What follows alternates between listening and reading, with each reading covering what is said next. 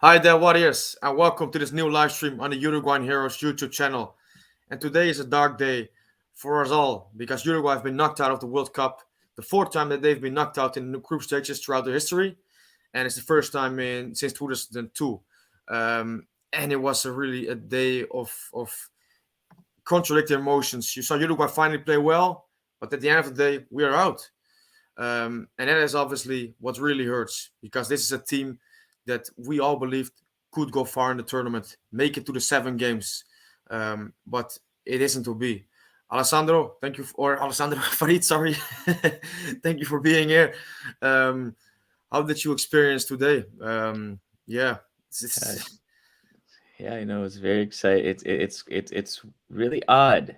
Out of all the years rooting for this team, I don't remember a time where having won a game that was a must win, but then not having the outcome that was needed. 2002 was a tie. You needed a win. 2006, you lose in the shootouts in the playoffs, but from then on, when you needed that win, at least in a qualifying um, situation, it would happen. And today it didn't. They got the win, but they didn't qualify due to the outcome of the Portugal South Korea match, and it's bitter. It's bitter. yeah. It's unfortunate. It is part of the game. This was one of the outcomes that could have happened. We can talk about the different variables. But all in all, it's unfortunate that we are not going to see this version of the national team play again, unless if things change. Um, we are entering, without wanting it to have happened so quickly, a new stage, a new chapter in this team's. We're entering a new stage, a new chapter. That's for sure, and it's an abrupt end to the careers of Cáceres, Godin, Suarez, Cavani, and Muslera for the national team. And I mean, the game itself, it was a really a classic game. When you look against the World Cup, the penalty against, which was controversial for me, Rochette with the save, Tarasquieta with the 2 goals, and Uruguay playing really well. Bentancur going out, Vecino coming back in. Um, but Uruguay played a really good game in the first half, especially up to the 60-minute mark, I believe, especially. And then Uruguay suddenly took the foot off the gas, and there were so many transition phases where Uruguay were almost 1 versus 1 in terms of 4 attackers, 4 defenders, and so many times was a miscontrol, a misplaced pass. It seemed like nonchalance even. Pelistri Um, was this much away. yeah, but many times Darwin played. I mean, but I love Darwin. But Darwin played a horrific game, absolutely horrific game, and not that he's the culprit or that he's the reason we're out, but Uruguay for some reason or other did not go full for the third, while Ghana were there for the taking. Because Ghana, this was a team which was not threatening us at all in the first 60, 70 minutes until Uruguay really started to slow down. And then South Korea scores Yeah, in the 90th minute, I think it was. And Uruguay 93rd. have this, yeah, Uruguay have these 8 minutes of extra time which they have to do it in which they could have done it in. Maybe could have had a penalty, and it didn't happen. It And didn't happen. and there you Overall, are. it didn't happen, and this is where we are now. The first 45 minutes of that match was very exciting. The blocking of the penalty kick, 2 goals by Arrascaeta. Darwin almost flicks one in as well. The defender stops on the line. It was very exciting. Those first 45 minutes, those of us who were watching, what a thrill. The other match was 1-1. Um, but we needed another goal. I was watching the match that there needs to be one more, and it didn't happen. There were efforts, there was some movement, but they couldn't get that last one in because you also had to be careful with 2-0 is the most deceiving lead in football. It is. 2-0 is the most deceiving lead in football. You're up 2-0. The other team scores one on you. Ghana almost does score one. Um, and then that puts the motivation back on the team that's looking for the tie and moves forward. But I, We, I could, we really, weren't yeah. able to find that third one. I agree with you that it is a difficult scoreline and deceiving scoreline, but I think also it is quite symbolic for for Alonso's approach, that we didn't go for it, that we did take Suarez, Darsketa off, maybe even Bentancur, which you talked about with me if before we're going live, maybe precautionary we took him off. We don't know that for sure, Yeah. obviously, but for me, this game, although it was a good game, Uruguay played well, but some decisions that were made in the game combined with the two first games, if we look at it as at the whole, this tournament, this short Hmm. tournament for Uruguay, um, where do we go next? Because for me, it's very clear that Diego Alonso cannot continue as Uruguay manager. Uh, how do you feel about this? It's the first part. Where do we go next? Well, as fans, we hard to say, but the reality is we continue on day by day. Um, we can think about it, we can reflect on it, we can be on social media and talk about it as much as we want. And that I think that's fine, and it can be helpful. It's helpful. But as for this team, um, this is part of the waiting game. This is part of the needing to have cooler heads prevail. This is the part of needing to have the tournament end, have the association meet, have the stakeholders meet, see if these are the stakeholders that continue to guide the association as a whole, and then decide and go from there. Perhaps have a reflection with the players. Perhaps it's a space to also have reflection with other individuals. I'm remembering well what the interview process was to selecting a manager the last time. We know who the managers were that were like to be able to have an entire process. Will this coaching staff be given now an entire process of from now to start the qualifiers and then go into a continental tournament? We'll see. You shared with me that the qualifiers begin in March, so things have to move very quickly, and we hope that things move precisely. You have to think about what is best for the team, what is best for the players, and to bring up something that Forlan would say throughout the tournament in regards to Uruguay is bring out the full potential of the players at hand. This is a great squad with great talent. There's younger talent on the rise as well that we're familiar with, that it causes us to feel excited about. Who is the manager and staff that can guide this team to full potential? Is it Diego Alonso? Does he need more time? Is he going to meet with the AUF? Probably so. Would he want it even? Unfortunately, right now, Diego Alonso is public enemy number one in Uruguay and for fans of the team. Does he want to continue that for his own life? Maybe he'll say no. Maybe he'll feel like that he let the players down and the country down so much that he feels like it should be somebody else. It's a very, if you are a football manager, the pieces you see, the players, the athletes, and the people, and the heart that you see the talent on this team right now, and the potential it has, I can understand it's intimidating and also exciting. Okay, well, yeah, no, it's gonna be a waiting game, like you said, for sure. It's not gonna be a quick response from now with, I think, because that's not like them. Um, but yeah, for me anyway, it's you know what, you can go with the thought that okay, Alonso came in, did a really good job. World Cup, maybe he was not ready for it, for this Yeah. big job, which I truly believe now. Um, but given him another chance. But for me, that will be wrong because you give him another chance, and and and the reason why I don't really understand it, because still I don't see that Alonso has really understood his mistakes yet. Because even though Uruguay played differently today, Vecino came in when Bentancur went out. It was just Uruguay were winning, so it wasn't a big talking point, and I didn't go into it as well. But it's scandalous. It is absolutely scandalous if Vecino continues to play for Uruguay when you have Torreira, Ugarte, who are way more competent footballers anyway, on the bench, way more competent in the role that Vecino has to play in this team. Because it's just beyond me that Vecino was coming on. I mean, that's just one decision, but it's the overall management of this team in the last 2 weeks or 1.5 weeks, because it's not been long anyway. It's 10 just, days.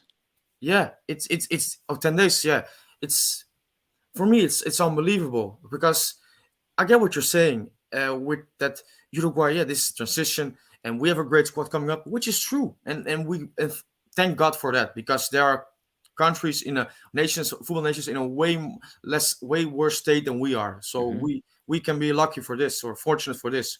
But the other side is that we also have had certainly two of our best players ever, arguably three. Godin, I would also argue one of our most important players ever, certainly in the modern era. And we've had them, and we for the last 5 6 years we've not competed, for me, good enough, because of the AOF keeping Tabares on in charge for all the time. And now you can say it's down to Alonso, because AOF has not much to do with it, obviously. Um, because Alonso really showed much promise in when he came in, but it's not gone as we all would have wished in this World Cup. So it's a difficult situation. That's Yeah. that's for sure. Um, yeah, I'm want to thank everyone here for joining us in this aftermath of the World Cup elimination for Uruguay. It's a really tough one to take, but we're gonna look into what we believe and what you believe are the reasons, and what should be the consequences of the reality we are now facing. Kenny says, why in the fuck was Suarez taken off, and Arrascaeta, and Pelistri, and Nunez? Why did we play to close out at 2-0 after 60 minutes? You know, I don't know the answer because I'm not the I was I'm not part of the coaching staff. But when you look at the subs that were made, you would think about, okay, these are these last 30 minutes, these substitutions with the four who came in, these are the closers who have fresh, who are fresh, who are feeling good, who haven't been running. This could be the way to put in that third goal in the back of the net. This and it didn't happen. If you think about it, I can think maybe that's what was the thought process and practices and training. Okay, we're gonna have 60 minutes with this, but then we need to make a change now. The Portugal match, it took too long to make the changes. Yeah, South Korea, I can't even remember anymore when it was when the subs were made, and we know who came and who didn't play in that game. But it may have been that. Okay, this is the closing squad.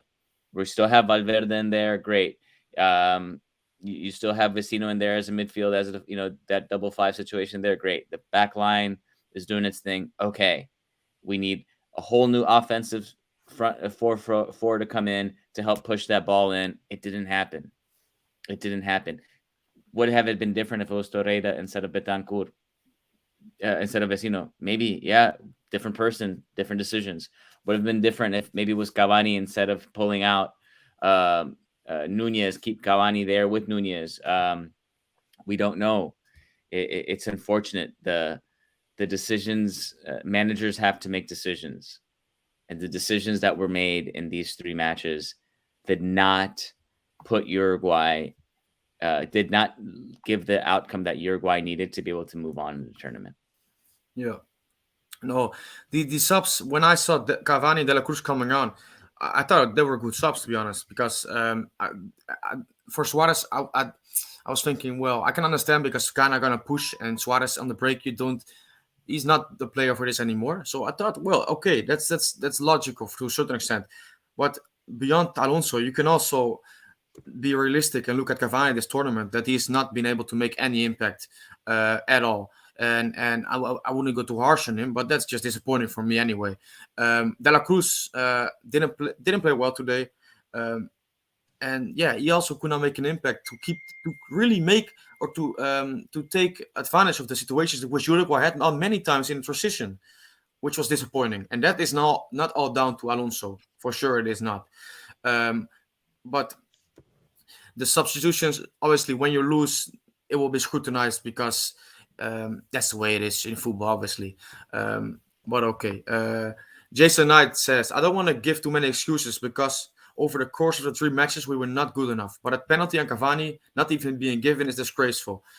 Yeah, I mean, I'm with you on the fact that I don't want to put the blame on the decisions, because I believe we have to look at ourselves. But now, certainly a few hours after the game, the calls today, yeah, I mean, that was really not fair. because the first goal, which Ghana got the penalty, I really didn't see that Rochet touched him because Kudus, or I think it was Kudus, really jumped over it. It seemed like when it was a penalty, it was saved. And then there were two incidents with Darwin and with Cavani. Both, yeah, you can argue it's not, but you can also argue that it is. I mean, they were not clear and obvious, but neither was the one for Ghana for me. So for Uruguay to have two of these not given, and one of these even not going to the VAR, the referee, and the one incident to be given to Ghana, that's really something that leaves me with a real sour taste. It does. That part of it is that part of it sucks. It really sucks, and I can see why Darwin wasn't given a penalty there. One could argue that the defender does flick the ball barely enough to make the case that the ball was hit first. I can see why the penalty was given to Ghana also, but the one that I'm struggling with is the one on Cavani. Yeah, I don't know if I texted you separately. I think I did to Alessandro, but I wouldn't be surprised if tomorrow, similarly after the Portugal match, there is a letter statement released by FIFA to the Uruguay delegation apologizing but for a call. But yeah, what do you do with those? You no, know, they that's the do the thing. same thing in the NBA now. Sorry, we made a mistake in this call, or in the NFL, we made a mistake here. In professional sports, it's like, well, it's over.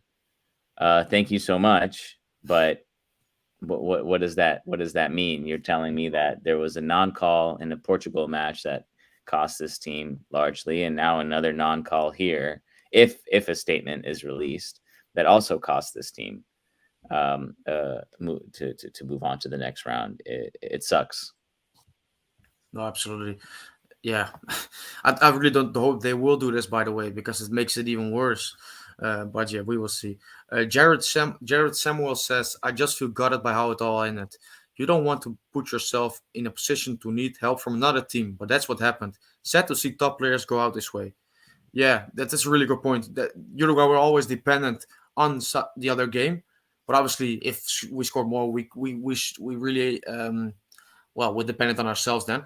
But yeah, it's just a really tough way to see these big players go out, and also the first tournament for Fede and Darwin, these upcoming stars. Although they're still young, it's, I mean, 23, 24. They were at the good age to have a good tournament, a really good tournament. But it wasn't to be, and yeah, we have to move on and look in the future. The Copa America is coming up. The qualifiers for the next Copa America is not coming up. Copa 2024, America, right? yeah. So we still got a Yeah, ways to that's go. true. I That's true. think No, that's first true. it's qualifiers. Yeah, For sure, we Copa America has been bumped so that can be aligned with the Euros now. So then you can also have the Finalissima shortly after. So yeah, um, it's you know, I'm looking when I'm if anything, I'm so grateful and thankful for the captains of this team and this experience this last 12 years. It brought out such an excitement and a joy and a given that you would want to see this team perform well and win all the time. To be able to really have players that were standing out internationally, that anytime you'd play them, you'd be like, oh, other teams would be, well, what's going to happen here? It's been great. And I'm very excited and I look forward to the players that you mentioned and the other ones coming up as well, and the ones that are on the team now, to how they continue to guide this forward. Because if anything, this experience also for these younger players leaves a taste of, well, we got to push even more. You got to dig deeper. You got to keep going. Um, and maybe it continues to not just spark a fire, but build a fire up to see what comes in this next in this new chapter, really, of qualifiers, of tournaments, both at the continental level and hopefully in 4 years again, um, in the US. yeah.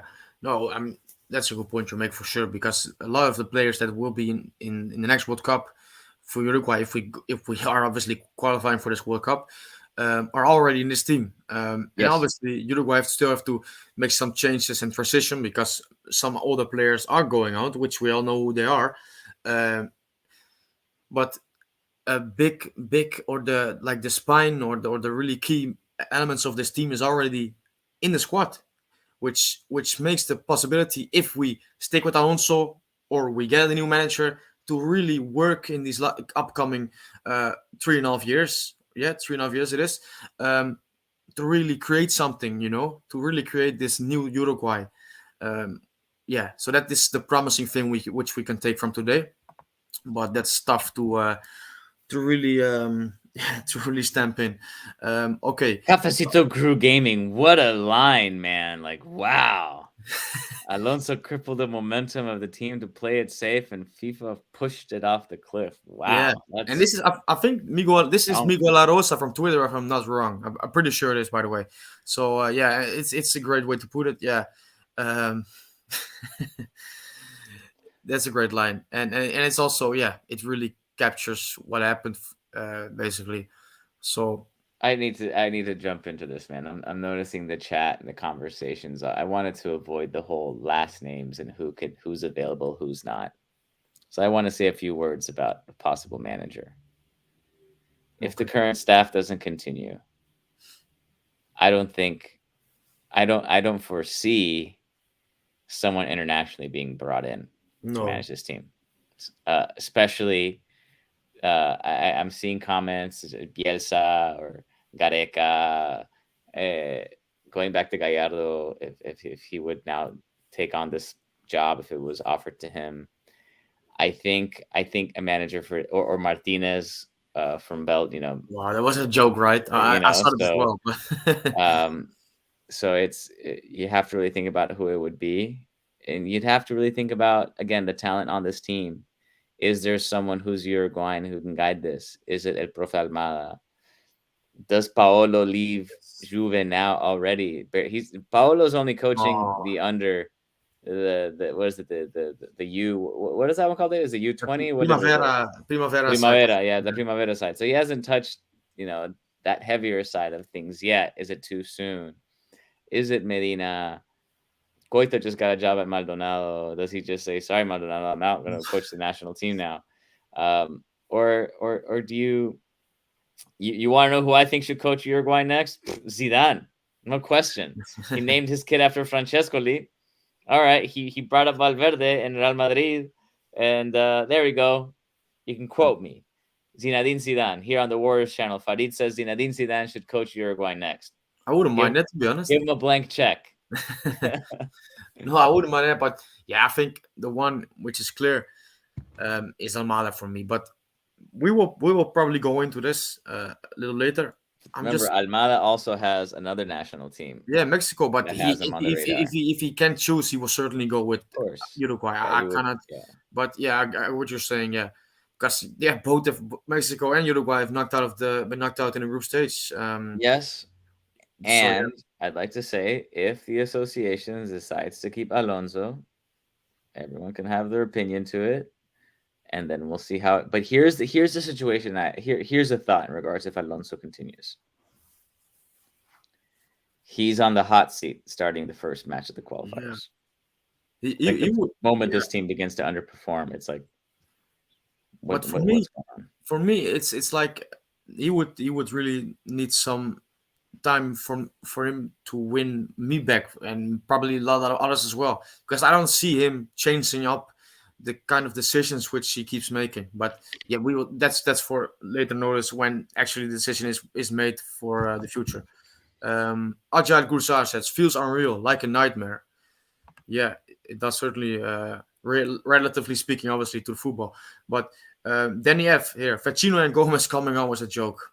Yeah, I mean, it seemed like Maxi came on in the last two games, and it puzzled me, to be honest, because he didn't even look bad in both games. But it's like he went there as the clear fourth choice, in competition with many others, and there he is coming on for two cameo appearances. For also like both of them were half an hour, I think, or maybe 20 minutes. Yeah, I mean, I would always stay with Darwin or Suarez and Ed Cavani. But yeah, Jorge Zapero says, "Hey guys, hello Jorge, good to see you here, man. Pain, anger, and frustration. I don't understand why the team didn't try to get the third goal. Once again, Uruguay is their own worst enemy in the World Cup, despite the refereeing. Painful." Hmm. Yeah, this you put it really well. Um, I believe anyway, because certainly looking at this World Cup, Uruguay were their own worst enemy, for sure. Beyond the refereeing decisions, which for sure can create Yeah, a lot of we discussions. score a goal against Korea right now, we'd be in a completely different That's the thing. situation. That's the thing. But yeah. Okay, Jason Knight says Darwin was woeful this entire cup. Even Maxi did more than him in the few minutes that he got, and we didn't even want him to get picked in the squad.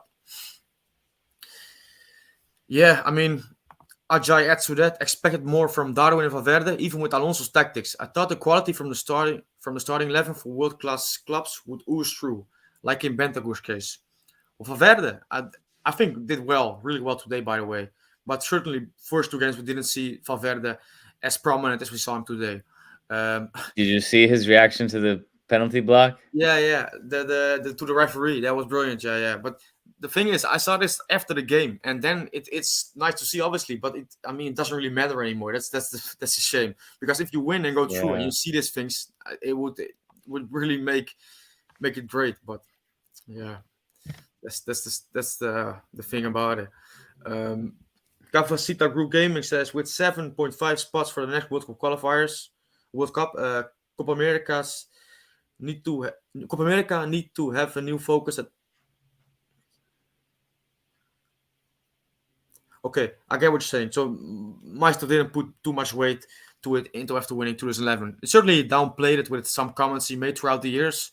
I remember for the 2016 one where he said while the World Cup was just about to start, said the main aim is qualifying for the 2018 World Cup, which obviously it is the main aim and maybe the biggest aim, but it was just weird. And throughout his years, certainly the latter years for his era, these comments would pop up more and more. So Well, I want to kind of explore that a bit.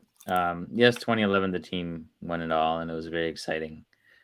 Um, the next Copa America after that was 23rd, was the first one that Chile won of their back to back. yeah, 2015, yeah. And you think about that, it's that was when Cavani got kicked out, right? That was the incident against Chile. Yeah. And so that was a psychological blow. You didn't expect that to happen. And then you have the World Cup, or before that, we had the World Cup. So we had two Copa Americas, I think, without Luis Suarez because of the suspension. Yeah, the first he was back and then he was injured. He And was he was injured, yeah. injured, yeah. So there's that element as well, that you had these two Copa Americas in the middle there, where you had a suspended Suarez, an injured Suarez, and a suspended Cavani. Controversy on the team and around the team. And then you had the one in Peru, or was it in Peru? I can't recall, where In the Brazil. offside, the offside goals. Yeah, in Brazil against The Peru. Brazil one, yeah, which we felt like that was the one to take when they won the first match against Ecuador like 5-0. And you're like, wow, this team is really good. They had that Japan match, and then you just had that, and then that last one, I think that last one that the Maestro coached, where they lose to Colombia in penalty kicks, and the offense was just non-existent during that time, Yeah. may have. And when I think that's when the comment was said that it's not an obligation for Uruguay to win this tournament. Yeah, he made Um, yeah. I think then it was just a difficult time. Then the ball wasn't going in, the offense was dead. You're coming off of getting losses to Argentina and Brazil around that time. You're trying to find new players to go in. So there was that. Now, as to Jorge Sepp, he said Betancur's injury was big. Uh, if I were a member of the press and I had one question to ask, it would be, why was Betancur taken out? How severe was the injury? Were you concerned about the yellow card? Did you just want to have someone who was fully secure there? Um, yeah, I think Rodri getting injured and being taken out was felt. Oh yeah, for sure. Because Bentancur, I mean, he's been the best player for Uruguay this World Cup, in my opinion.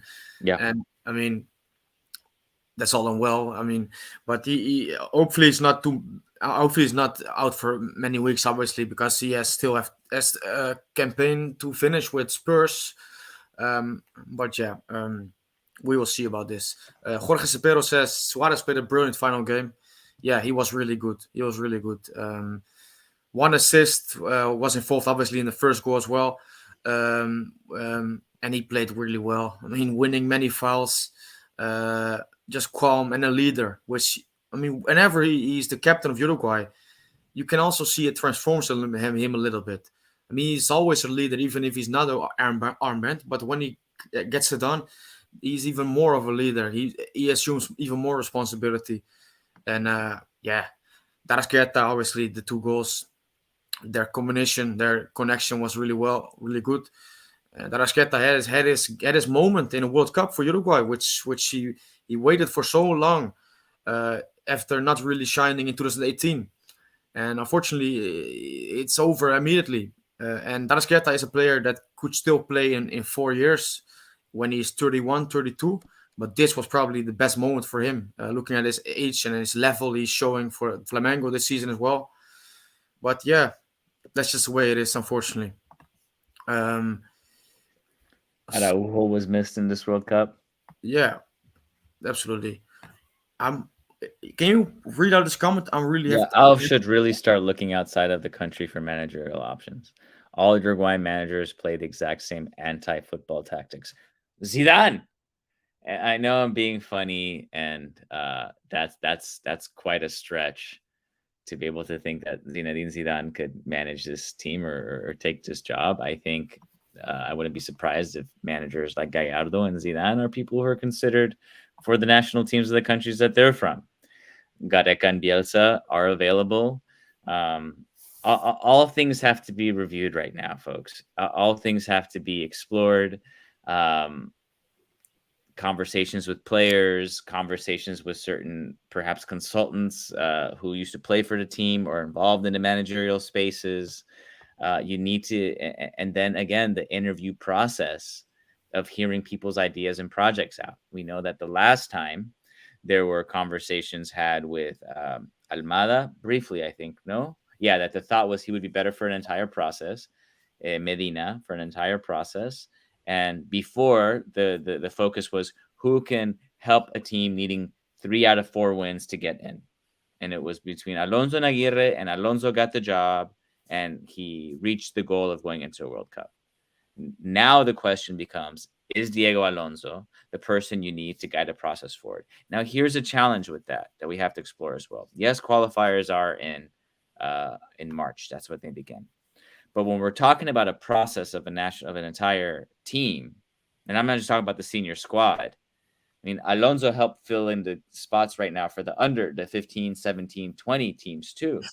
My cats. I'm sorry. I'm sorry. That's not a problem. That's fine. I don't mind at all. Your cat is Unbelievable. participating in the discourse. So it's your cat, I'm sure, was there with you during the game today and has thoughts as Yeah. well.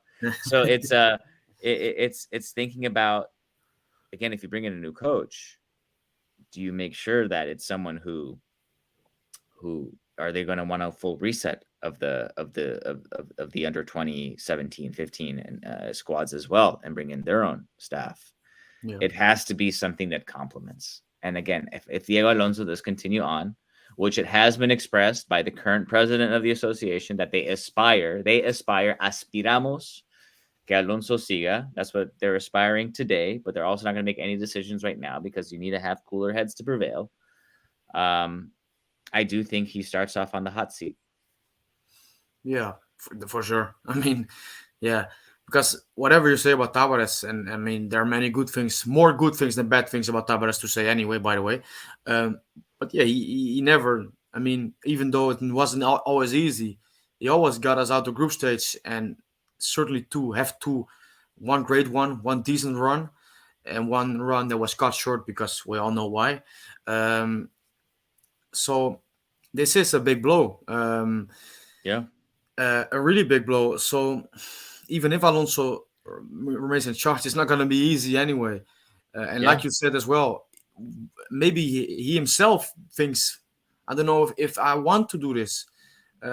because this already is a big blow for him and his managing credentials, for sure. Because it's his first big job in management, um, and it's even though it started so well, it's not gone well, and he mentioned in the post-match interview about the Portugal, the goal, the penalty against Portugal, that the call was not right, which is true. But he cannot blame these decisions. He has to look at himself because he is the main reason that Uruguay are currently out of the World Cup, in my opinion, anyway. So I wanted to add to also as well, big blow beginning. It's one thing to remember and to think about is look at other countries, for example. Let's look at the Netherlands.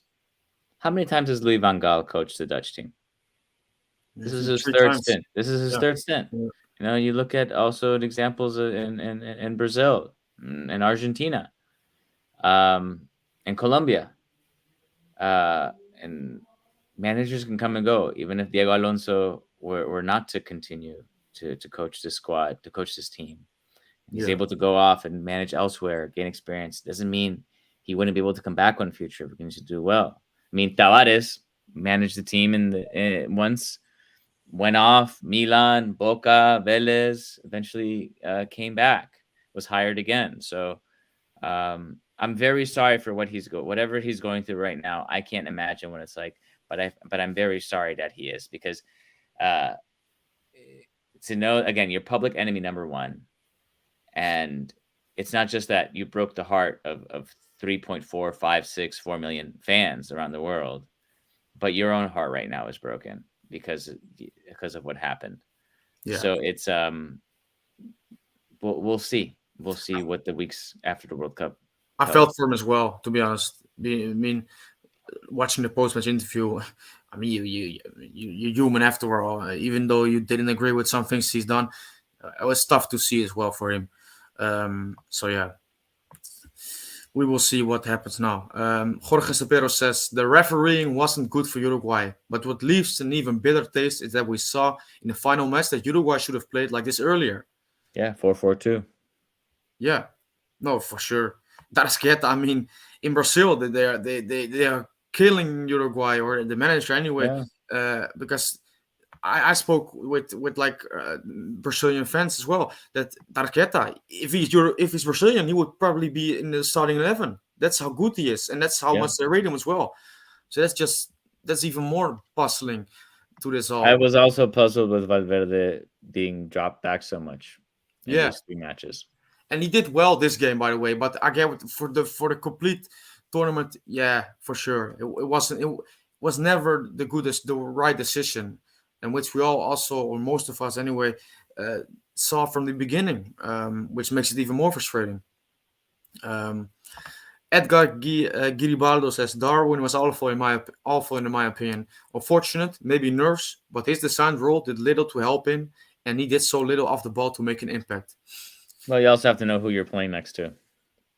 Yeah, no, I mean for Darwin, obviously looking past this World Cup, this is a new time coming for him in the Uruguay Yeah, national team, where really he's going to be the focal point, and we will see him score yeah. goals and become better for sure. But this We're was gonna get obviously, to yell many Darwin yeah. Nunez goals in the months to come. There is a question now that who is his attacking mate moving forward, and that's really going to be something exciting to see how it happens. Is it Satriano? Is it? Please remind me the name of the kid in Madrid. Alfaro Rodriguez. Is it Rodriguez? Yeah, Is yeah. it Terans? Is it remind me who left River Plate and went to Granada and hasn't had much time minutes Matias there? Areso. Yeah, Is it Matias Areso? Is it El Canario?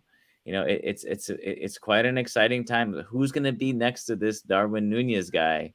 but I believe. I mean, we will see anyway. But I believe Uruguay should go now with the one up top and two Good. wingers for that. That's yeah. That seems for me the best way to do it. Let's But see how Satriano continues to develop and oh, Terans for as sure. well. Yeah, no, for sure. And I mean that's also Uruguay have some young wingers in Europe, but they have to develop as well. Yeah. Uh, because we all saw what happened with Brian Rodriguez, which we really believe would Things be. peed out. That Yeah, happens too. That's yeah, really true. Yeah, And Brian Rodriguez could, turn it around and come back up. Let's not forget Sergio Rochette was a goalkeeper that did go to Europe for a little while. It didn't work out, went back home, and now he's blocking a penalty in the World Cup. yeah. Um, No, the save was brilliant. I mean, it wasn't really sure in the game, to be honest, with many things, but the penalty was brilliant.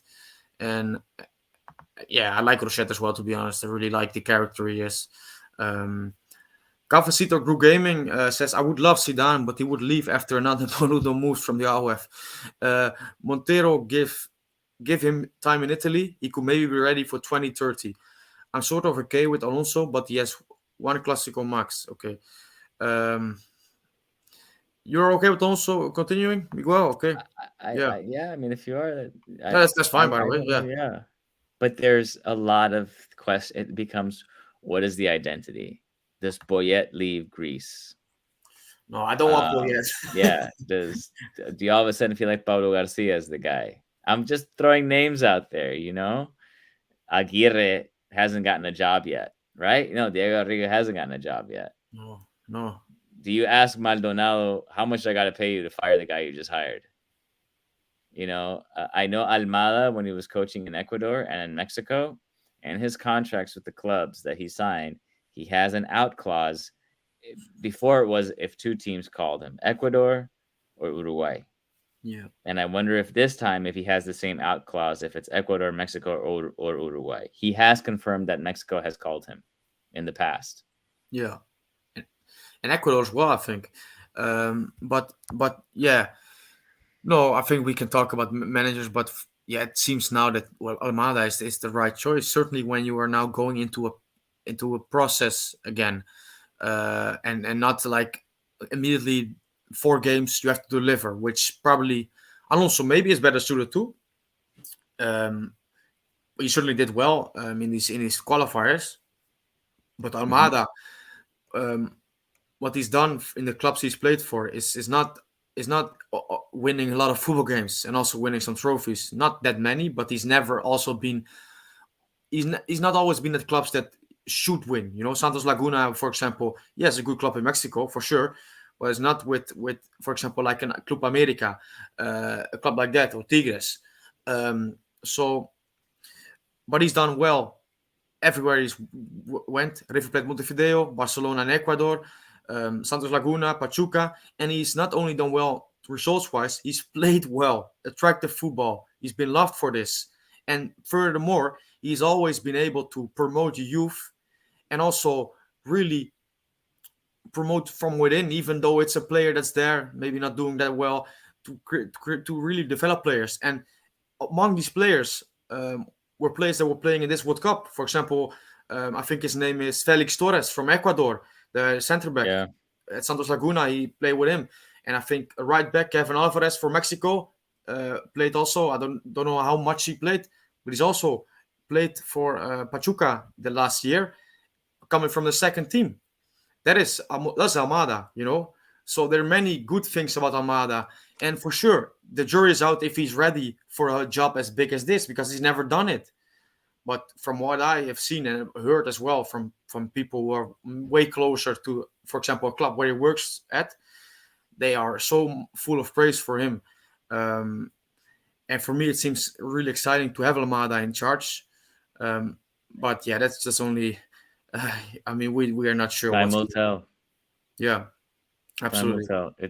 Again, these are not conversations that we wanted to be having right now. No, no, no, no. They're not. They're not. These are. I'll tell y'all something. Before the World Cup, I had a nightmare that they didn't make it past the first round. For me, a nightmare for me, right? Silly nightmare. And I was like, oh, that could actually happen. Did I jinx the Yeah. team? No, I didn't. But this is what happened, and we're having conversations now about who can manage and the refereeing, and again, these are one of the outcomes. Regards to what Cafecito Crew Gaming is saying here, is disappointed not to see minutes for Ugarte, Torreira, and Torres, especially Torres to give width and creation. Kid is probably on the way to Arsenal after all. I'm so excited for him. I'm so excited for Facu. if this Arsenal deal does close, and if he goes to Arsenal and continues to develop well, that's so exciting to then see that you have a team that the right side, because he's on the right side, right? Yeah. To Yeah, have a right side that's him and Valverde, and then you have Rodri in the middle, and then you have Darwin there too. That's very exciting. yeah, And then you have Ronald behind them on the right side, or right, right in the middle of that defense. It's really exciting. Especially with Ugarte, and he's developed very well in Portugal, and with Torreira. I think Galatasaray is a great place for him to be. He's getting minutes. He's playing. I think he's going to continue to be on the team. Um, we're entering again a new chapter, and we'll see who's going to be the captain at the helm, guiding this team forward. And I'm sure that the experience in this World Cup is going to really light a fire and motivate a lot of these guys that to really dig deeper. A lot of these young guys are going to be entering a new style of football now, which is the South American qualifiers. That's a whole other beast on its own. And I believe in the capacity and the talent that this team has to be able to excel. And I'm sure all of us here in the chat watching do too. And it's unfortunate that this is where this World Cup ends for Uruguay, but the future is hopeful and the future is bright. yeah. Absolutely, that's true. I mean, that's the positive we can take from today. With if there's one, Joaquin Sneberger says, no matter how shit Alonso was and how some players didn't turn up, we could have gone through if we weren't robbed. And Mortek adds to that, FIFA Mafia Yeah. wins again. Yeah, Um, and I hear that, Joaco. I do. yeah, I hear absolutely. that. Jason Knight, the team needs to be built around Bentancur and Valverde going forward. Well, these two and obviously some more as well. But yeah, they are the new stars and Yeah, already. you look at the pillars. The pillars are very nicely put, right, Dave? You got Ronald in the back with Mati on the left. That's really nice. And then let's even I'm looking forward to seeing how Joaquin Piqueres continues to develop. Yes, well, yeah, Right? I mean, if Mati right now wins the title with Napoli, that continues to build him up. If Ronald continues to develop as well as he has with Barcelona, then you got these. I can't wait for Betancourt to wear the number 5 jersey for that team, because the number 5 jersey on that team is a coveted, respected jersey. I'm not no disrespect to Vecino. He's worn no, it. He's given his best at it. When Rodri gets to wear that 5, and then up front you have this striker. I mean, it's the pieces right now are so. If Rochette continues to be at goalie, you have other young guys coming up as well in South America and in Europe. Um, again, the future is bright, and yes, Betancourt and Valverde are 2 of those new pillars moving forward. yeah, absolutely. Yeah, I mean Bentancur for sure. The year, Thank you, Conte. If you yeah, want, with the moment that Juve sold him to Tottenham, I was so excited. I'm like, this is what this kid needed. yeah, A absolutely. manager like Conte to really bring out, and we're seeing it. No, for sure. I mean, he's been so well. I mean, he's always been good for Uruguay. He had moments where he wasn't that great. His moments in game, for especially where really was nonchalant still. But over the last 12 months for Uruguay, he's been the best player, I think. Oh, Edgar, Um, why did you have to ask this question, Edgar? yeah, I mean, I'm bringing it up anyway. I'm not. I'm scraping some comments sometimes because we. It's I a mean, great question, I though, know I guess man. It's can't a get through question, it, man. but yeah, this question, yeah. I mean, it was. I saw the screenshot which I saw on Twitter, and I didn't even see it live. Probably because I was so fixed on Valverde hopefully hitting it, because I really hoped Valverde would hit it, Yeah, And then De La Cruz hit it, and it was in the hands of the goalkeeper. And then you come see this picture where Coates is completely free on the right side. And certainly when you look at it, when you watch it, when you see it an hour after the game, it really fucks you over, to be honest, or did me anyway. Because yeah, that's just so unfortunate. But yeah, yeah. but what can you do? What can you do? I Um, feel, I feel for him. I feel like he had a hard time yeah, establishing himself in that match. Um, he did.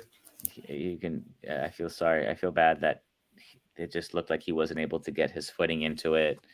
He had the ball taken from a couple times, um, at least once. So it's unfortunate. And yeah, I didn't want to see it, but one of our friends here in the chat sent it to me, and I was like, oh man, that's a bummer. No, for sure. And also, De La Cruz, this was a World Cup where he really wanted to show himself and to get a move to Europe. Yeah, And I still think he might go, and I also think he should go because he's a really good player. But yeah, this World Cup was not what he believed or what he hoped it to be, for sure. yeah. James says, "Do you think Uruguay make any chance in the 2026 World Cup?" James, I see that last name. Any relation there?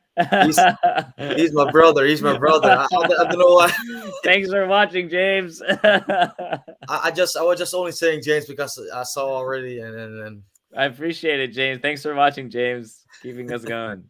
so yeah. But yeah, yeah, this team has a chance, just like we had this year, this time around. But yeah, James, if this team, if these players that were mentioned doesn't qualify to 2026, we're yeah, shutting down. yeah, we are gone. Yeah, no, but for sure. Um, Felix Season says, "Do you see a Premier League club or a top European club going for those shit?" I saw one tweet that he's coming your way. Okay, I two saw one tweet that there's Dutch teams interested. Dutch teams. Yeah, that's what I'm saying.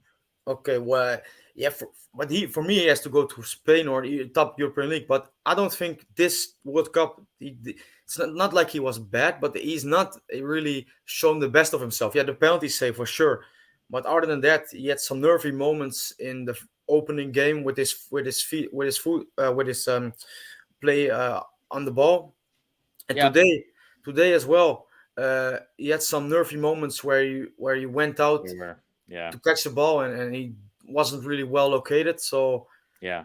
he I still think should. he's young. He's 29. When we talk about like a player going somewhere else, I feel like we'll get to that. Watch them. There's so much that goes involved in. Like people would say, why hasn't Arrascaeta gone to Europe? Yeah, Arrascaeta's had a really nice career in Brazil, has been paid very well. I don't know if he still has the record, but he was the highest transfer in yeah, Brazilian football history. He's won Libertadores. He's won Player of the Year in Brazil, at least for his position. So you can go to Europe, but if it's not the right fit with the right club, with the right system, then you can hurt your career.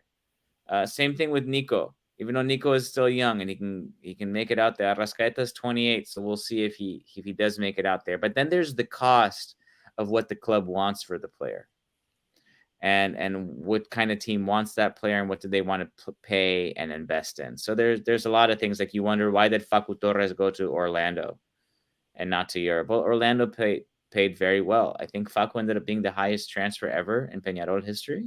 yeah, yeah, So there's a lot of things that involve. So with why would he go to the Dutch league and maybe not to Spain? We'll see. We'll see. My heart cries for you, Suarez. I think for all of it does. Watch them.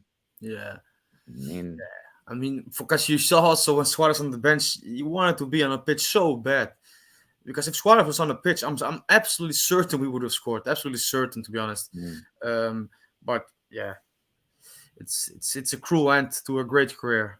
For the But national team, his career is not over yet, but it's a cruel end yeah, okay, yeah, on yeah. the No, national. he probably will go on for 2 years, but this should have been the big tournament or a good ending to his career for him. This tournament, yeah. Miguel Sagredo says, I hope this is the last we see of Ficino. Time to move on." How old is Mati now? I think he's 30, 31, something like this. Yeah. Okay, Uh, so but I do agree with you. By the way, I mean that's no shock, obviously, that I agree with that. But 31. okay, yeah. For 31. Ficino, the thing is with Ficino, when he came in 2016, 2015, it was brilliant that he came in because we had a midfield which had some great years for Uruguay, but the Uruguay were shifting to a more modern way of playing, and Ficino was this first one in a transition. And Ficino was at that moment in a really good time of his career, playing for Fiorentina. Then he went to Inter, and he was a really good dynamic midfielder. But in the last, I would even say since 2019, although he's had some good games in these last 3 years, but since 2019, it's not been good enough anymore for him. And certainly when you have the players coming through, which we had in the last few years, Vecino is not good enough to be in the Uruguay squad anymore. And this is an opinion I've held for more than a year now. Um, but we saw it once again this tournament. Um, and for sure, Vecino should not be playing for Uruguay anymore. He had his time. He had some really good games, some good years, and I like him a lot because he's a really good professional, and he's also well liked in the group. You can all see that from everything that's being communicated. But it's over. It's over, and that's why I also think Alonso is over because the fact that he sees Vecino as such a pivotal player to the squad is one of the main reasons why I do believe that Alonso is not the man for this job. I think the team. Let's also look at what Alonso came into. He couldn't make a complete flush reset because players were. It's hard with 4 matches to go. You got to. It's quite a skill. I wonder to. It wasn't like a reset for sure. And if we see anything from the Tavares staff, there was always a referente in a position to transition and into the system of play. The defense had Godin and Josema in a way. Josema was only 27 because we forget how young Josema came in. He was playing 8 years ago when he was 19. So Vecino, even though there's the conversations of what he does, he's 6'2". I'm not sure what that is in meters. That's what 190 something, 187. I'm not sure, but he's 6'2". He's got size. He has a certain consistency. And you got to think about, okay, if he's not on the team, then who fills that spot in the mid as a 5? Why didn't Ugarte or Torreira play? Again, there's a question of height. I'm not questioning Torreira's skill. No. And then there's a question also of experience and veteranship in a match like that. Do you put Ugarte in his first ever World Cup minutes in a match like that at 20? No, these points I get, but I think you also agree with me that this experience thing, it's a good argument in some cases, but it's also sometimes so overused and so misused as well. Yes. Because if you can have one conclusion from this game is that there was no experience that really guided Vecino in these games because he was so rash, he was so erratic, and I mean Kudus, for example, when Vecino came in, Kudus twisted him inside out on a few occasions. And Torreira being smaller, Ugarte being younger, all are arguments. Rodrigo getting injured. Yeah, for sure. But all arguments about Torreira and Ugarte would have done much better. But I think we don't know what was the state of Betancourt's ankle. We don't know if all of a sudden he got hit in such a way and it just swelled up and they had to take him out. No, that's true. That Bentancur going out. I mean, I don't really think, but we also don't know that it was like a precautionary move because he also just went down and it seemed like it's clear for Bentancur I cannot continue. But for Vecino coming on, yeah. I mean, Valverde over Bentancur over Valverde, and I'm not moving. That's fine. I mean, they play differently, but hey, we all have our favorites and our thoughts. It's absolutely fine. Cavani got his next career lined up, boxer or MMA. He knocked out that VAR camera. I saw that. I feel for that guy because it's twice now on the national team side. Not twice. You think about that instant replay hurt him. You have the offsides from 4 years ago. Yeah. From that Copa America, and then you have this, and it's I really it is part of the game. It is part of professional sports. It's not perfect, but my heart goes out to these guys to be able to really heal because they're the ones out there doing the work we just watch and we have our thoughts. I hope that they're really able to heal and have what's necessary to be able to turn the page and not have moments like these define their lives, but to see the good and the joy that they've brought to millions of people throughout their football playing careers and also the support and the love that they've been able to receive from their families, provide to their families, provide to their communities, receive from their communities. Yeah, and I think they will obviously, but at the moment, as we all have this sense of the overriding feeling now is obviously the The sadness in this heartache. moment. Yeah, yeah. But overall, I mean, that's the thing with these careers for Cavani, Godin, Suarez, and also Cáceres and Muslera.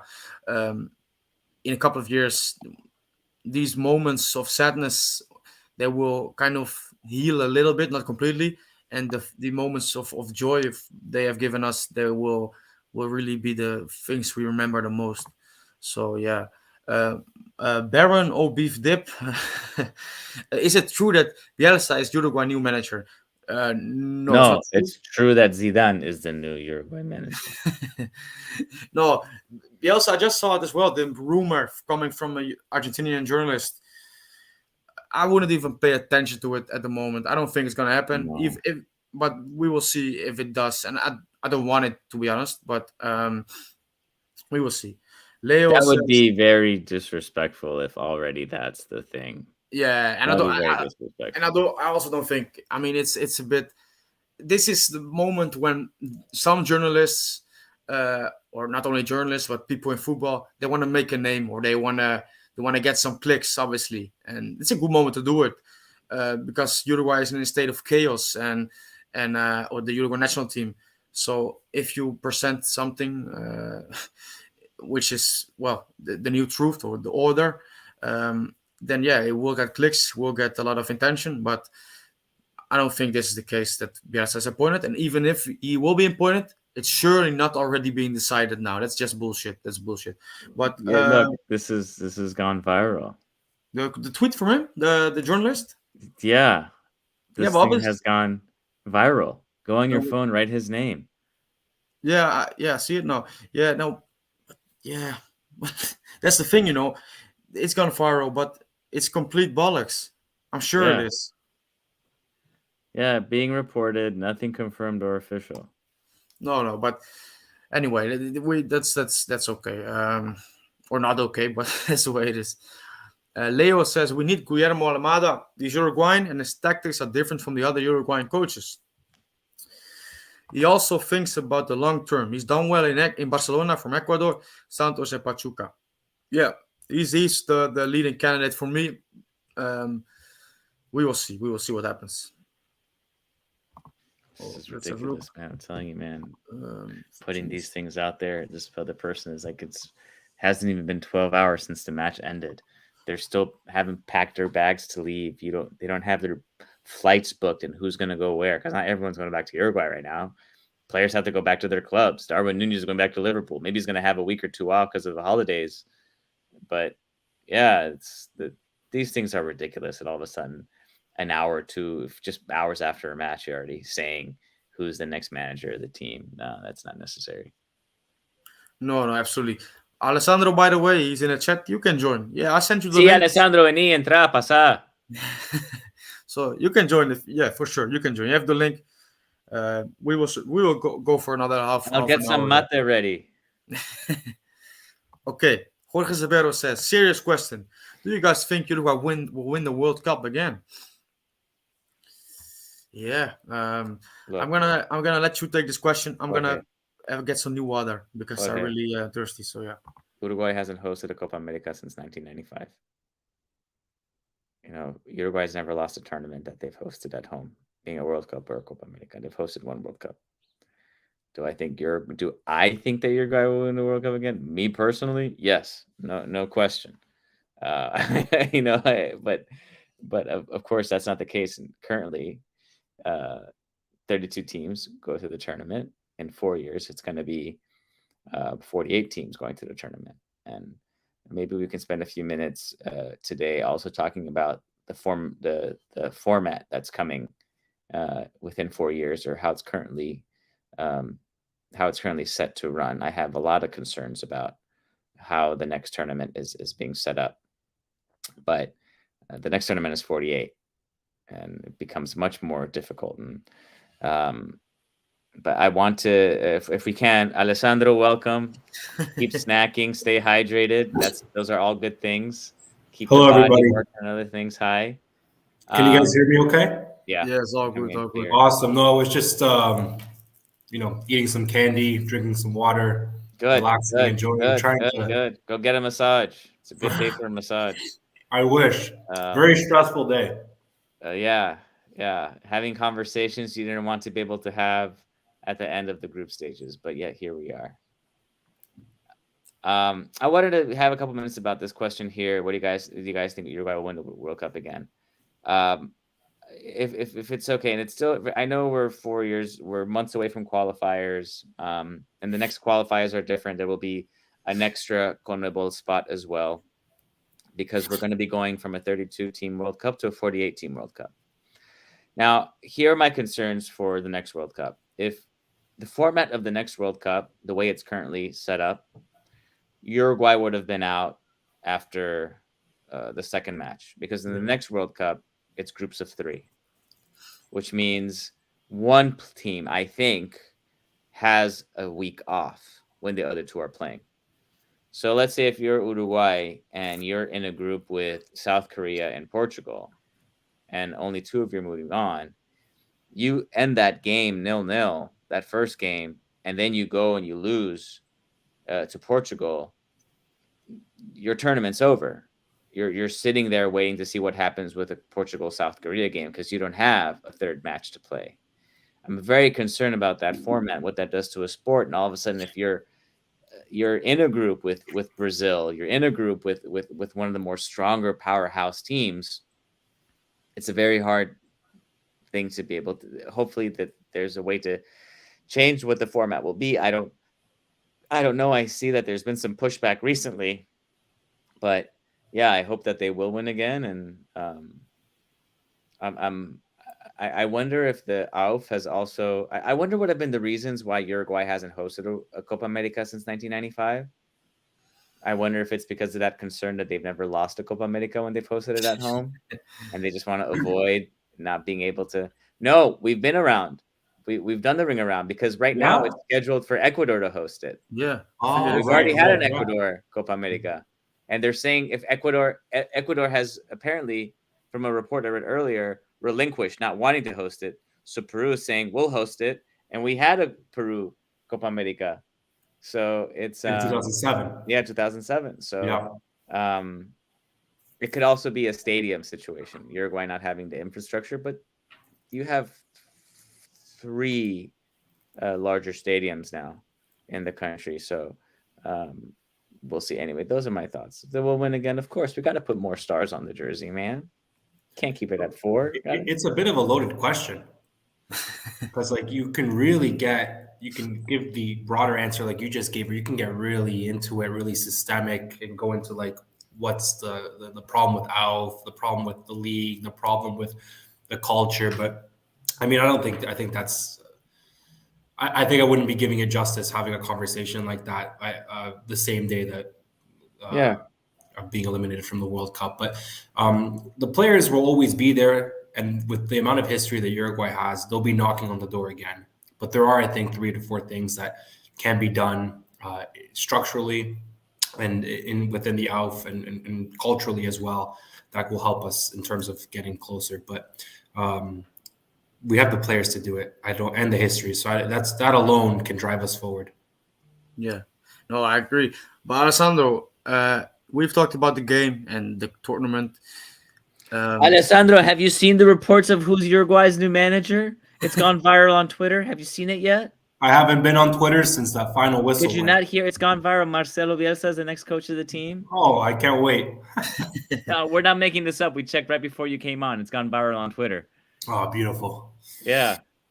No, but no, Alessandro. I mean, yeah. How I was about to ask, how was your day, which is not the good Yeah. question to ask. But how did you experience it? I mean, I spoke to you briefly after the game, and you really fed up, which I completely understand. With the decisions which Uruguay were dealt with. Yeah. So yeah, how did you experience it all? I think it's one of those things where it's too little, too late. I don't understand why they didn't come out like this in the first game. I mean, it just looks even worse that their Escaeta comes into this game. Excuse me, starts and scores 2 goals, and he didn't get a single minute against Korea. Yeah. So I think it's a mixture. I think it's definitely a mixture. Alonso is to blame. In particular, the worst decision that I think of all the three games was actually made today. Knowing that if Korea were to score another goal, knowing that your rival has the potential to put you in that kind of situation, and you still remove Suarez and De Arrascaeta from the game and put on a more defensive player such as Canobio, that made zero sense to me. Suarez in this game, with the history behind it, the way he was playing too, had no reason to come off. No. In my opinion, in this game, Cavani had a reason to go on, but not at the expense of Suarez. I think it was too much of a gamble, and the gamble didn't work out because at the end, legs were tired, and we were scrambling all over the place for the third goal, and we were without De Arrascaeta, our most creative player, and arguably our most dangerous player, Suarez, too. So that is definitely a decision that shot us in the foot. But like I said to you, also personally to you both earlier today, based on performances, there's a strong argument to be made that Uruguay deserved to be knocked out of this tournament.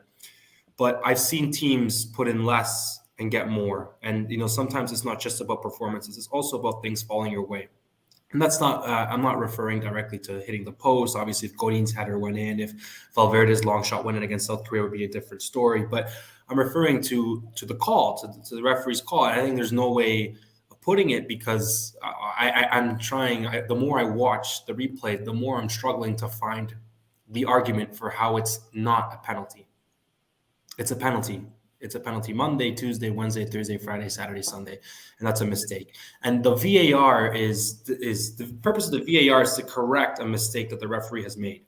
90% of the times that the VAR brings something like this to the attention of the referee will give the penalty. But for some weird reason today, I don't know what it was, as someone who's also refereed games myself, sometimes it really gets under your skin when you see such vivid reactions from the Uruguayan players. Maybe that's something that didn't play into our hands very well. From the first penalty that went to Ghana's favor, there was a video of Valverde going up to the referee and celebrating in his face. Yeah. Not the smartest thing in the world to do. But then again, you shouldn't be refereeing a game like that. You should referee a game based on the merit of the call in the moment, not based on something that happened in the past. Yeah. It's really a big shame to see. And also as well, FIFA came out and apologized for what happened. I mean, we all about the Portugal. We'll see tomorrow if there's a statement regarding today's match. Is that what the news is? That's my guess because we got the Portugal report. Not the day of, but was it the day after the statement from FIFA apologizing? So I'm sure. What are they going to do? I'm sorry. Yeah, it's like here's a ticket back to Uruguay. Yeah.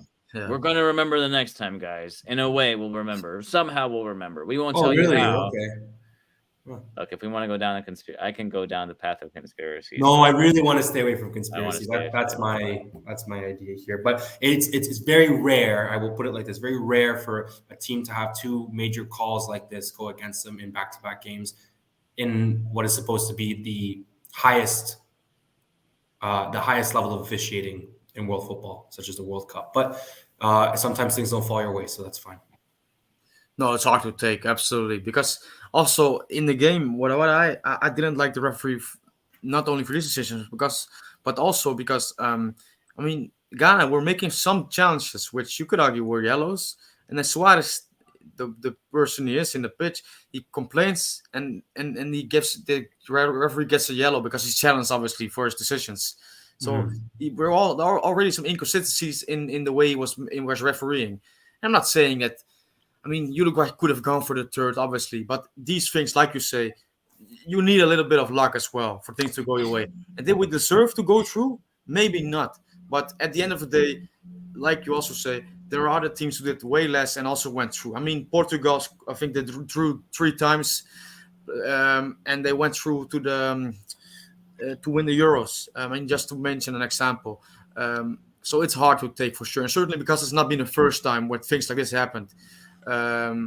So that's just really hard to take. And I mean, the players on the pitch, and also Suarez, I just saw the tweet he did, or Insta post he did. They are taking it out on FIFA and the officials, which is clearly how I would do the same if I was on the pitch, But look at the bigger picture, like you also mentioned, by the way, is Alonso, his decisions throughout the game today, but also throughout the whole campaign, were what defined Uruguay's tournament. And if we talk about Alonso now, Alessandro, what is your stance on him? What do you think now? Should he go? Or are you a bit in between two thoughts? What's happening? No, I really think it's cut and dry. I think there is no future anymore for Diego Alonso as manager of Uruguay. I think that ship has sailed, and I think you've lost the faith of the players. That was evident after the Portugal game, and you've lost the faith of the fans. Yeah. And I think Alf hopefully will come to that realization, because throughout, when fans were upset with Tavares, it was the fans, but the players would never won against Tavares. In this case, you have the players and the fans, and I don't see any way forward for him to continue as manager for Uruguay. Obviously, maybe I could see Alf keeping him on if that's the most economically viable thing for them to do. They have no shame when it comes to that kind of stuff. They'll have no problem keeping him around. But no, yeah, like you just said, I think I put out a tweet about this a couple of days ago as well, saying that I'll come back to Diego Alonso and all the decisions and everything. It's understandable that today we're focused and we're upset about the small things and the direct things and right in front of us in our eyesight, which is the refereeing and stuff like that. That's fine, but you're right in the sense of tomorrow and the days after, we got to look at this bigger picture. Where did we go wrong? We went wrong tactically. Now that the tournament's over, you can bash Alonso all you want. That's why I was kind of reserved to the Portugal game. You still want to stay behind the team until the very, very, very end. But now that obviously that's not the case anymore, we have to look bigger picture. And bigger picture, it doesn't look very good. I want to show you something that's it's as a fan you enjoy, but it's also bittersweet. It's Loco Abreu's stories. He says here, show it here to the screen for those who haven't seen. But he says, gracias muchachos, futbolísticamente supieron jugar este partido decisivo. Futbolísticamente, dije. But then the next thing, it's him and Forlan watching the game together when Arrascaeta scores. And it's it's as fans, me personally, that has meaning.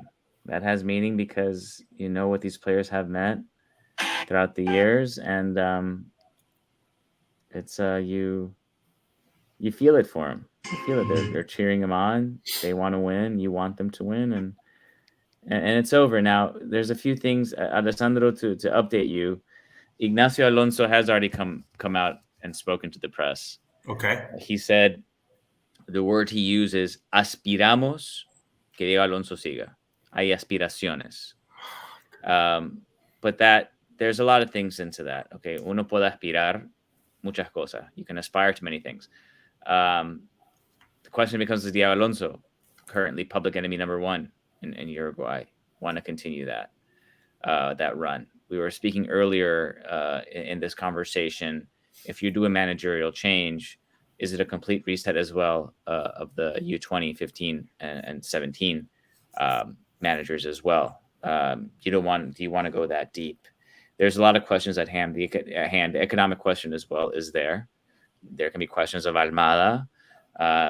Mexico, there's a good amount of money there. I think they were paying Tata, what, 2.2 a year? Mm-hmm. I don't think a year. I think the most Tavares ever got was one and change per year. So it's Leo. I appreciate the comment, and we can. I look forward. I hope we can explore that. But it's the qualifiers are in March. I don't think right now we're going to see any decisions. Why? We're in December. Let cooler heads prevail. Go into the holidays. You go into the summer. After the new year, you're going to start seeing who's going to come on. Or maybe before. I don't know. That's the question, because there needs to be a manager in March. I don't know when call-ups have to be announced. Sometime in January. So it's there isn't as much time as before. Hopefully the right decision is made, and we'll cheer and root on whatever that decision is. Yeah. A caretaker manager could be brought in. He hasn't resigned after Barron because his contract ended the moment Uruguay was out of the World Cup. Yeah. No, I saw some I think BBC journalists as well mentioned this, but this is not true. It's just not true. It's you can say contract is expired, but he's not resigned. There's been no communication from Alonso or from the AUF or anything like this, so that's not true. Um, Cavacito Crew Gaming says Forlan as a manager might not be a bad idea. His commentary has been really accurate during these games. What I would say about this is um, there's a real difference. I mean, for example, I like to watch Sky Sports a lot, and I like Gary Neville an awful lot when he was talking about football, and he went into management. It was disaster. So it's nothing. It's I mean, you can talk about football and you can see things obviously, but it's way different than managing a team obviously. So Forlan, I mean. He's had two jobs now, I think. It's Peñarol and the other one I forgot, and it's not gone well in either one of them. Yeah, it's not. So, Yeah, I think so with. Yeah, please continue. I'll just share. no, just yeah, go ahead. Because yeah, I think with Forlan it's like yeah, he has to how do you say he has to prove himself first. So yeah, Not all great footballers are great managers because there's this thing that you want the players to perform at a level kind of like you did, or you want it to happen that way, and it's hard. Magic Johnson was a fantastic basketball player, but it was hard for him to coach.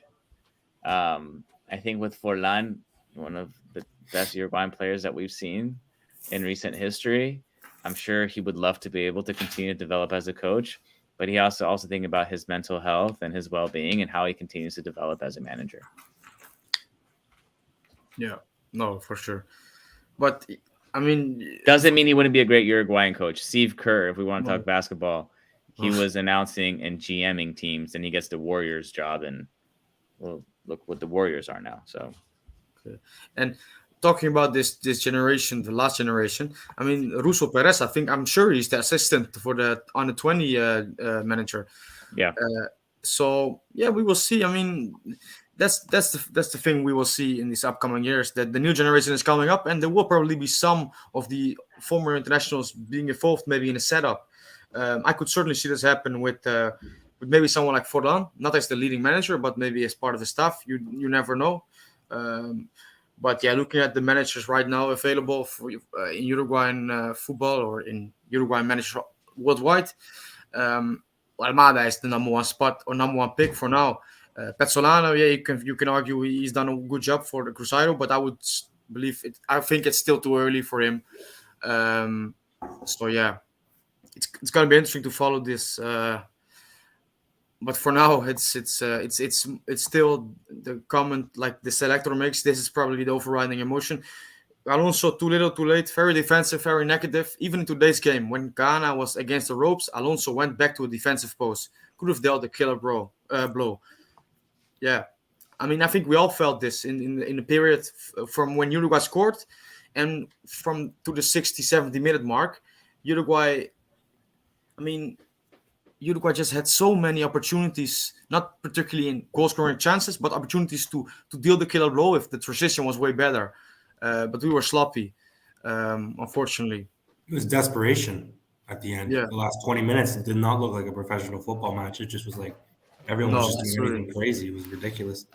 it was. I mean, also Ghana. I mean, this could have also exploited the space that we were giving away. Uh, but in the end, Uruguay also so many poor decisions, and yeah, it's a shame. It's a shame. So when's the next time that what's the next steps for the Uruguayan Warriors and Heroes account now? Well, yeah. What now? I mean, what now? Yeah. No, I mean the thing is the qualifiers are already in March. That's the thing. And after the World Cup, the leagues. I mean, domestic football is continuing straight away. So there would be plenty to cover on here. But for the upcoming 2 weeks, it's gonna be radio silence. No, we will try to update things for the manager.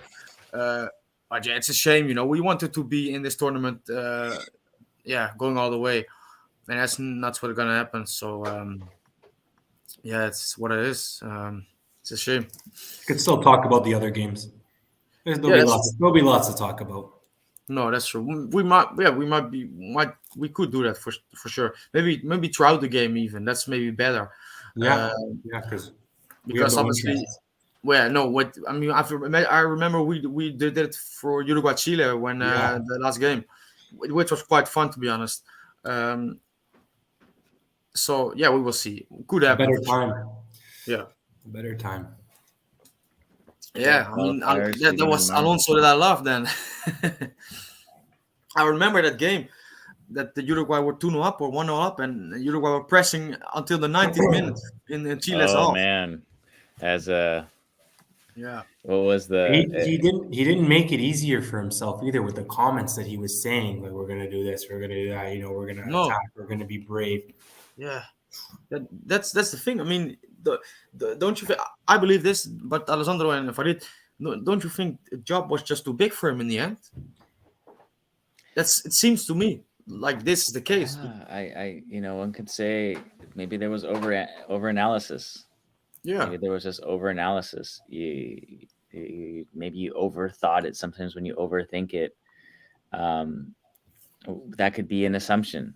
To think we will get eventually a full press conference from him upon his return to Uruguay. We will get an eventual press conference from Ignacio Alonso as well.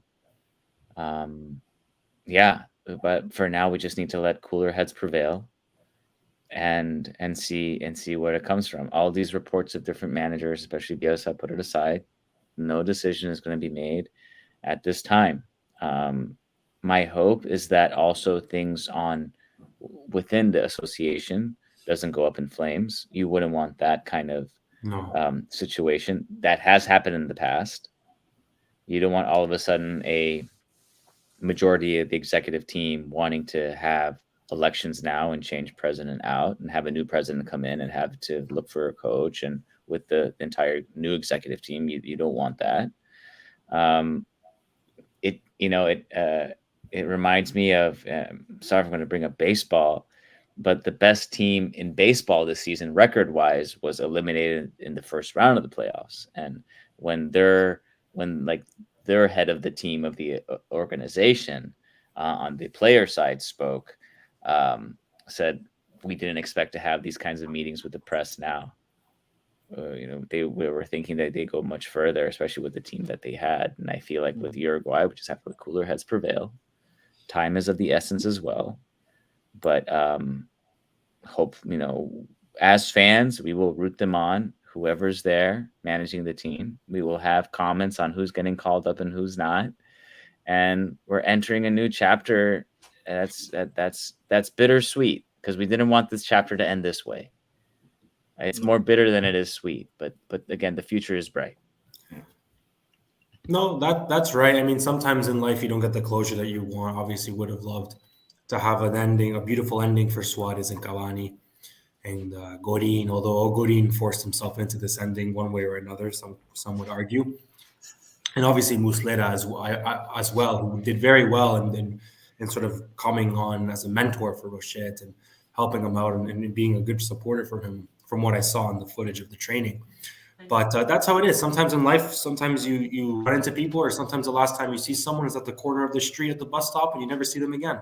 Right? That's just how it is. Not everything's going to be tied up super nicely on a bow. But I think for all of us, for me personally as well, I don't know if this is the feeling with everybody else. It hasn't sunk in yet that Suarez and Cavani are probably never going to play for Uruguay again. I think that feeling will come in a week or two, or the next time they play and they're not in any of the jerseys or anything. And that's a very sad thought. But no, like you said, I think you put it best. Let cooler heads prevail. Give it a few weeks. Give it the holidays, and then we'll have to do our sort of post-mortem. Enjoy some time in the sun. Yes, and especially if you're going back south. We'll do the nitpicking in January. Yeah. No, for sure. I mean, and I think the decision will certainly be after the World Cup, I think, as well, when it comes to the future. So, yeah. That's All it. right, That's friends. I think, yeah, we've been going. Hey, guys, Uruguay won today. 2-0 against Ghana. That story is done. That story is over. Yeah. The Uruguay-Ghana story today, it's always going to be something there, but this whole buildup, it finally happened. We saw the draw, South Korea, Portugal, Ghana. It was the last match. Uruguay won the match, but they scored goals a little too late. But here we are now. Yeah, I mean, and they're still happy, because Uruguay is out and Suarez Yeah. is crying. That's the thing. I mean, I didn't Yeah. comment on it on like Twitter or something, but it's so absurd to see that. Your country is out and they've been beaten, and you're still. I think a lot of people have been caught up with the sort of the popular mainstream narrative that's been built Yeah. on, the replay of Suarez and painting him as a villain because it gets clicks. But yeah, that's how it No, is. it's a bit yeah, it's been annoying, but yeah, it's what it is. Yeah. But Suarez played well today in what was probably his last game for Uruguay anyway. Yeah, well, we've been going on for 90 minutes. So thanks to you guys being here today. Thank once you. again. And also thanks to everyone watching, sharing their comments, and really joining in this therapy session for Uruguay fans. So yeah, we will be maybe back for some World Cup games, but we will certainly be back once Uruguay is playing again, and once there's more clarity on the future, which undoubtedly is bright. So that's what we can hang on to. So yeah, I just want to thank you all for being here, and we'll see you very soon. Thanks, All right. everyone.